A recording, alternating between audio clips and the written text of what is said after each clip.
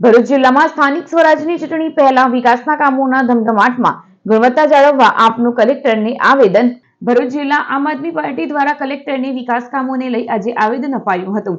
આગામી સ્થાનિક સ્વરાજની ચૂંટણીને ધ્યાનમાં રાખી ભરૂચ જિલ્લાના દરેક તાલુકામાં જિલ્લા પંચાયત, આરએનબી વિભાગ, તાલુકા પંચાયત તથા નગરપાલિકા હસ્તક અનેક વિકાસ કામો ચાલી રહ્યા છે।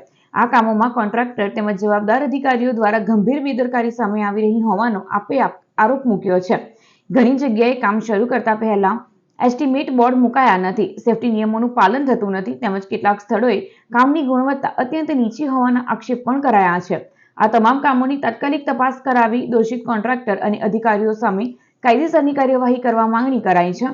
સ્થાનિક સ્વરાજના જે ઇલેક્શનો આવી રહ્યા છે એને લઈને આજે સમગ્ર ગુજરાતની અંદર જે કંઈ બાકી પડતા કામો હતા એની તાત્કાલિકના ધોરણે આ લોકો અત્યારે કામો કરવાની શરૂઆત કરી છે। જેવા કે જિલ્લા પંચાયતના કામો આવતા હોય, તાલુકા પંચાયતના હસ્તકના કામો હોય, નગરપાલિકાના હોય કે આરએનબી ડિપાર્ટમેન્ટના હોય, આ તમામ કામો એ લોકોએ તાત્કાલિકના ધોરણે ટેન્ડર પ્રક્રિયા પૂર્ણ કરી અત્યારે કોન્ટ્રાક્ટરો કામે લાગી ગયા છે। પરંતુ આજે આ જે કોન્ટ્રાક્ટર અને અમુક જે અધિકારીઓ છે એ બંનેની મિલીભગતના કારણે જે કામની ગુણવત્તા જળવાવી જોઈએ જળવાતી નથી। ત્યાં આગળ એસ્ટિમેટ જે બોર્ડ મુકાવવા જોઈએ એ નથી મુકાતા।